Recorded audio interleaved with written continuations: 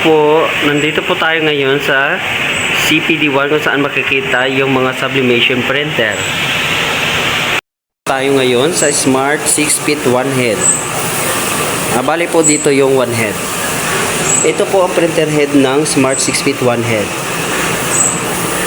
Siyempre po, bago natin gagamitin yung machine, kailangan po natin i-clean.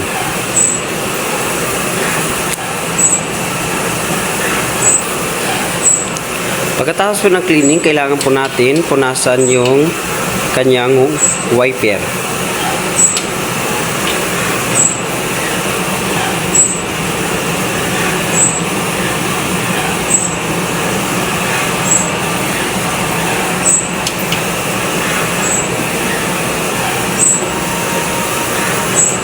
Pagkatapos niyan po, kailangan na po nating i-nozzle test.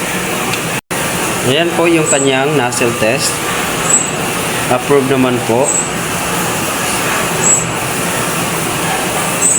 Dito naman po matatagpuan yung ink tank.